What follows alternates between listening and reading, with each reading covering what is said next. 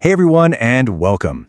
So today we're going to tackle a mystery that every single one of us has felt, our bizarre relationship with time. And I'm not talking about the time on your watch. That ticks along just fine. I'm talking about the clock inside your head, the one that seems to stretch and shrink and play tricks on us. I mean, seriously, think back. Remember those summers when you were a kid? 3 months felt like an absolute eternity, right? Packed with adventure. And now, it feels like you blink and a whole year is just gone. What is happening? Well, that's the puzzle we're going to piece together today.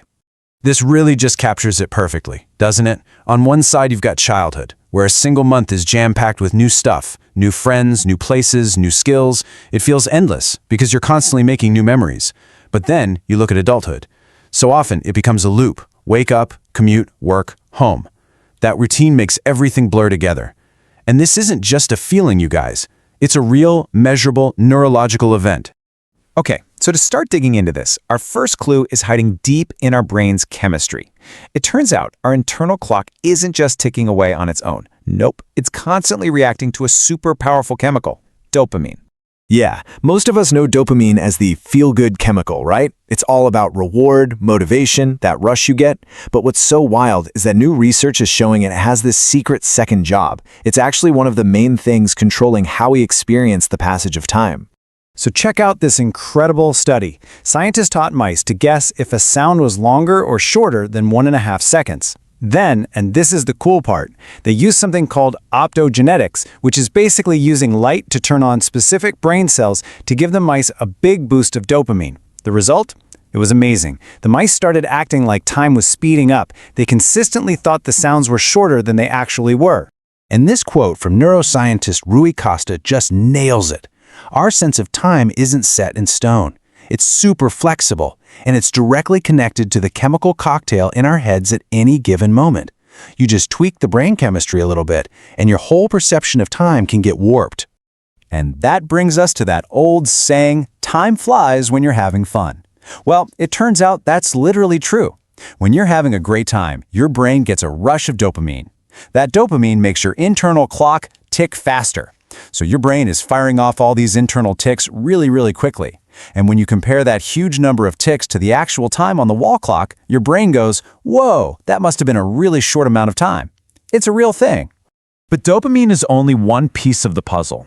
To really get why whole years seem to accelerate as we age, we've got to look beyond just chemicals. We need to look at how our brain actually stores our life story, using this brilliant metaphor, the film reel. So here's the core idea. When we look back on a period of time, how long it felt is all about how much new information our brain had to deal with. The more new stuff you experience, the more data your brain has to process and save, and the longer that period feels in your memory. And this film reel metaphor is just the perfect way to picture it. Think about it. A kid's life is like a movie with thousands and thousands of unique, vivid frames. The first time on a bike, the first day of school, that big family vacation. But in adulthood, a lot of our life is routine. Monday's film frame looks a whole lot like Tuesday's, which looks like Wednesday's. So when your brain looks back at the reel, those routine-filled years just get compressed into this super short, fast-forwarded movie. And what's just mind-blowing is that we can now see physical evidence of this in brain scans. In one study, researchers had younger and older people watch a movie. They found that the younger brains were constantly making these quick mental cuts, shifting their patterns of activity all the time. But the older brains, they tended to stick with one neural pattern for longer. They were making fewer mental cuts in the film of their experience, literally causing it all to blur together. Professor Cindy Lustig really sums it all up perfectly.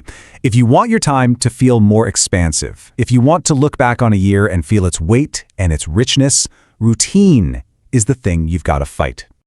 Okay, so we've got these two massive clues, brain chemistry and how we form memories. And all of this is pointing to a much cooler, more complex idea.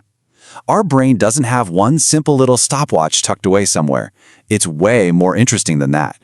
You know, for a long time, this was the go-to theory, the internal clock model. The idea was that there's a little pacemaker in your brain sending out pulses and another part that collects them, like a stopwatch. A nice, neat mechanical idea.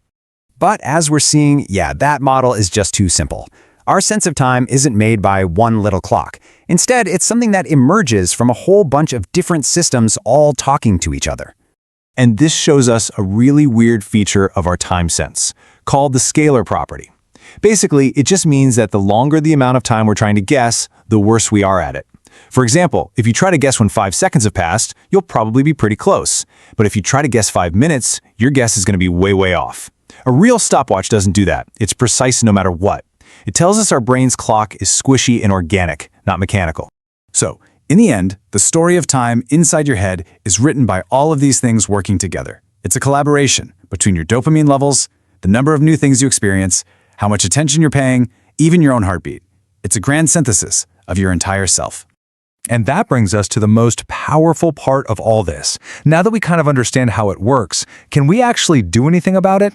Can we consciously make time feel like it's slowing down? And the answer is a huge, resounding yes.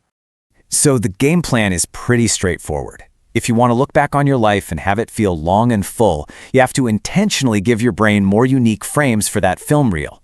Break your routines, even in tiny ways. Take a different way home from work, learn a new language or how to play the guitar. That creates a ton of new frames. Travel, even just to a town you've never been to before. The whole idea is to hunt for novelty and have meaningful experiences that snap your brain out of autopilot and force it to create new, lasting memories. So I'll just leave you with this. The clock on the wall is always going to tick at the same speed, but the clock of your life, that's something you can actually shape. You now have the blueprint for making it feel richer and fuller and longer. So the only real question left is, what new frames are you going to add to